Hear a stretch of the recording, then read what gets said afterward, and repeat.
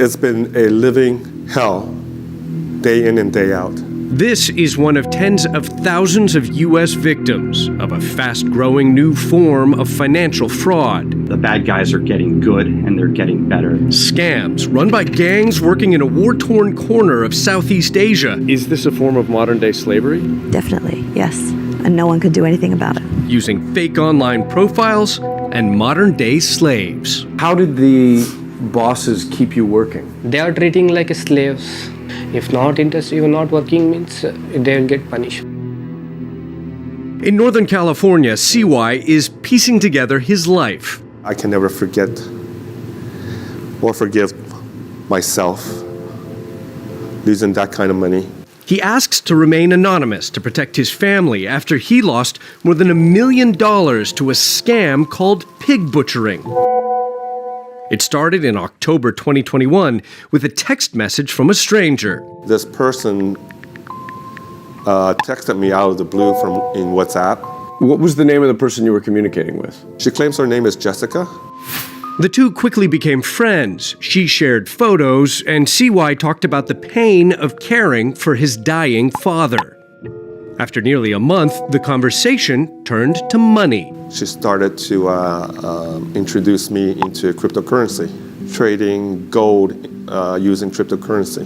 Jessica showed CY how to invest by installing a trading app on his phone that he says looked legit. Around this point is when she was instructing me or showing me how to deposit my money to cryptocurrency. You thought in just a matter of weeks you doubled your money? Yeah. Little did he know he was a victim, pumping money into a sophisticated con. For the scammers, a pig fattened up for the slaughter. I logged back in. The account is gone. What the heck had happened? What did I do? That's 30 years of my wife and my life building up this wealth. Panicking, CY begged Jessica for help.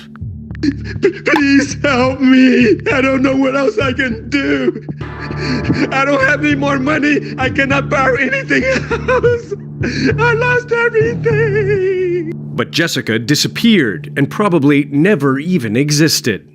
The victim thinks that they're making an investment opportunity, doesn't understand that they're buying cryptocurrency, transferring it to the bad guy. The FBI says it's seen exponential growth in losses due to pig butchering scams, with more than 20,000 victims reported so far this year. This is the professionalization of fraud services. An organization representing scam victims tracked their crypto transfers halfway around the world to this border region in Myanmar. U.S. scam victims say they've been able to trace their money to places like this.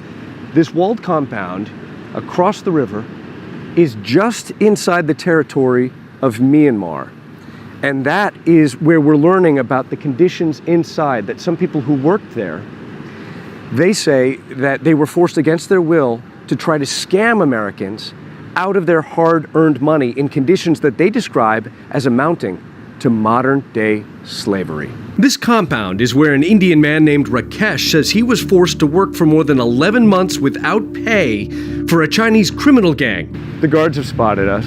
Until they recently released him back to Thailand. Where was the job supposed to be? They told for me in Bangkok. He too was the victim of a scam. Rakesh, who doesn't want to be identified, says he first flew to Thailand for what he thought was an IT job. Instead, he says he was tricked into crossing the border to Myanmar, where a Chinese gangster told him to work or else. He threatened to kill you. He warned me like that. And the job? Spend 16 hours a day on social media targeting Americans with a fake profile. Like they're providing for us. I got a Russian girl. With using of Russian girl fake profile, I need to scam the people. Posing as a Salt Lake City-based investor named Clara Simonov, Rakesh flirted online with potential targets. 70 to 80% fall for fake love. Rakesh shows secretly filmed images of what at first glance seems to be an ordinary office. But he says the bosses routinely punished workers, forcing them to do hundreds of squats and beating them if they didn't produce. And you've helped rescue people who were trapped inside behind the barbed wire Yes. of that very compound. Yes.